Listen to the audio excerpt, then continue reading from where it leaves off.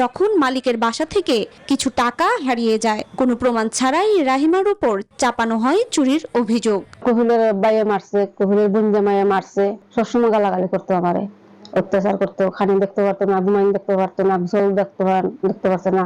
মিথ্যা অভিযোগে আমার জুলুম করায় আমি যাইতে বাধ্য। এরপর শুরু হয় পাশবিক নির্যাতন। পুলিশের ভয় দেখিয়ে তাকে চুপ করিয়ে রাখার চেষ্টা চলে। প্রবাস জীবন অনেকের কাছেই আশার প্রতীক, কিন্তু সেই আশাই কখনো কখনো হয়ে ওঠে অসহনীয় যন্ত্রণার গল্প। লেবাননে গৃহকর্মী হিসেবে কাজ করতে গিয়ে নির্যাতনের শিকার হয়েছেন বাংলাদেশি নারী রাহিমা আক্তার।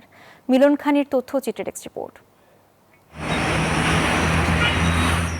সিলেটের সুনামগঞ্জ জেলার দোয়ারাবাজার গ্রামের বাসিন্দা রাহিমা আক্তার পরিবারের সচ্ছলতা ফেরানোর আশায় প্রায় 8 মাস আগে দেশ ছেড়ে পাড়ি জমান লেবাননে।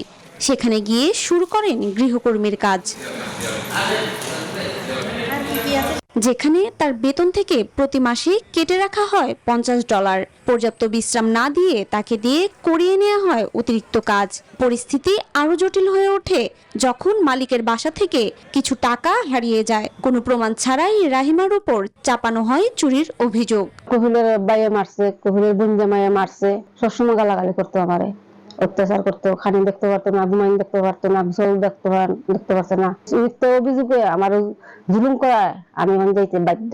এরপর শুরু হয় পাশবিক নির্যাতন। পুলিশের ভয় দেখিয়ে তাকে চুপ করিয়ে রাখার চেষ্টা চলে।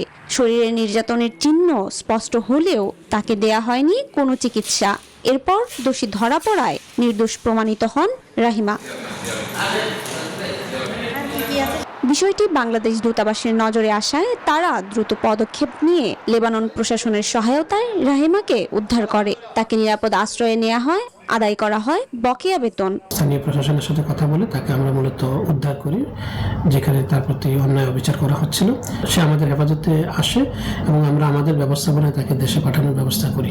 দেশে ফিরে সরকারের কাছে পুনর্বাসনের আবেদন জানিয়েছেন রাহিমা। সচেতন মহল বলছে, শুধু উদ্ধার নয়, প্রয়োজন দীর্ঘমেয়াদী সুরক্ষা ও কঠোর নজরদারি, যাতে আর কোনো রাহিমাকে এমন নির্মম অভিজ্ঞতার মধ্য দিয়ে যেতে না হয়।